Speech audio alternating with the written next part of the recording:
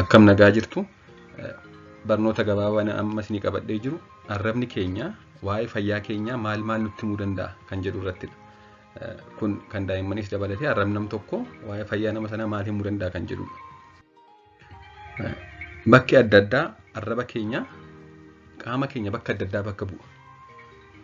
Arraba nam tokko ilaaltanii naannoo kam qaama isaa keessa naannoo kamtu rakkoo qaba. Waa'ee naannoo qaama kamii nutti naannoon sun kan jedhu beekuun ni danda'ama. Fakkeenyaaf akkuma suura irratti ilaaltan garri fuuldura arraba somba gamaa gamanaa fi onnee bakka bu'a. Garri gidduu immoo garaacha, marrummaan akkasumas rajijji bakka bu'a. Garri boodaa immoo kalee bakka bu'a. Gamaa gamanaan jechuudha akkuma suura irratti argitan kan. Kanaafuu arrabni keenya bakka adda addaa qaama keenya bakka adda addaa bakka bu'a. Yeroo akkasii immoo dhibee qaama keenya keessatti bakka tokko yeroo dhibeen jiru dhufee arraba keenya irratti mul'achuu danda'a jechuudha. Kanaafuu arraba nam tokko ilaaltanii waan hedduu himuu dandeessu. Waan hedduu jira isaan keessaa garuu muraasa kan arra kaasnu. Jalqaba osoo ittiin seeniin dura arrabni nama fayyaa tokko maal fakkaata? Arrabni tokko fayyaadha kan jennu maal fakkaata yoo jenne arrabni fayyaan halluu baay'aa jechuun afaan Oromoodha. Ingiliffaan piinkii jedhama kun. Halluu piinkii ta'e kan qabuu fi wantoota xixiqqoo shiffi jettee kan paappilee jedhamtu irra arrabaa uffisee argama jechuudha. Akkuma suura irratti argitanii arrabni kun arraba noormaalii arraba fayyaa ta'edha jechuudha. Wanti shiffettee xixiqqoo mul'atu jirti ishee kun paappilee jedhamti. Kun arraba fayyaadha jechuudha. Arrabni baay'ee yoo diimatee jira yoo ta'e akkuma suura irratti argitan yoo humnaa ol diimatee jira yoo ta'e wanti sun sababa hanqina vaayitaamin B12 ta'uu danda'a.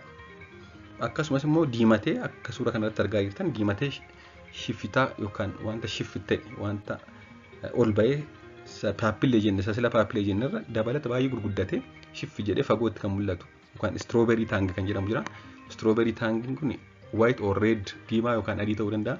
Waan akkasii qabaannaan immoo wanti sun sababa baakteeriyaa toonsilii fiduu danda'u yookaan scarlet fever kan jedhamuunis ta'uu danda'a. Akkasumas immoo dhibee kaawasaakii diiziinis ta'uu danda'a jechuudha. Akkasumas arrabni tokko filaatti yoo ta'e filaatti yookaan smooth kana jechuun diriiraa kan ta'e kan ishee sila paappilee jennu kan irra arrabaa uffisee argamu paappilee kan jedhamu tokko jirti. Isheen qabu yoo ta'e wanti suni arrabni nam tokko namni sun yookaan daa'imni sun hanqina elementii akka ayireenii akkasumas immoo vaayitaamin B12 fooleetii qabaachuu danda'a jechuudha. Yeroo baay'ee sababa hanqina vaayitaamin B12 fooleetii arrabni nam tokko paappilee qabaachuu dhiisuu danda'a. Isheen shiftee irra keessa mul'attu tun hin jirtu jechuudha asirratti.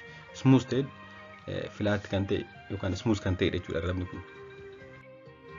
Inni gara biraan immoo ji'oogiraafik taang jedhama. Arraba qoqqoodamaa akkuma suura irratti argitan bakka adda addaatti qoodamee mallattoo qofaa of danda'ee achi babba'ee jira jechuudha.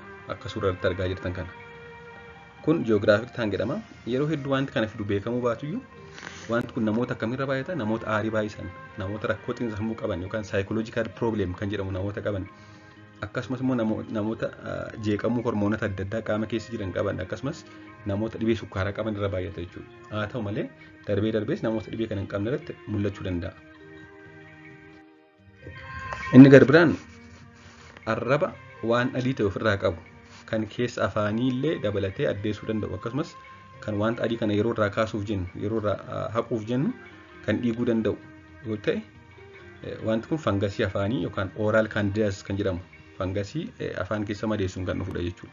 Kanaaf yeroo akka wanta akkasii jiru qoricha farra fangasii fudhachuun barbaachisaadha jechuudha. Inni gara biraan akkuma suura irratti argitan madaa xiqqoo kan qabu karaa cinaachasaa madaa xiqqoo kan qabu madaa xiqqoo gadi seentee kan qarqara arrabaa irratti baatuu fi akkasumas kan dhukkubbii qabudha wanti kun kaankersoor jedhamti.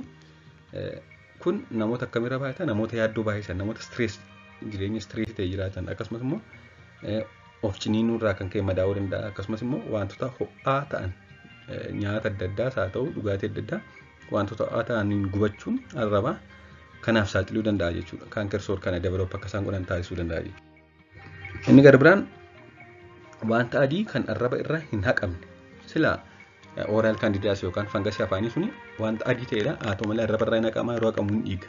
Inni kun immoo arraba addeessa garuu arraba irraa hin haqamu irraan ba'u jechuudha yeroo irraa haqamu. Wanti kun liikoopilaakiyaa jedhama.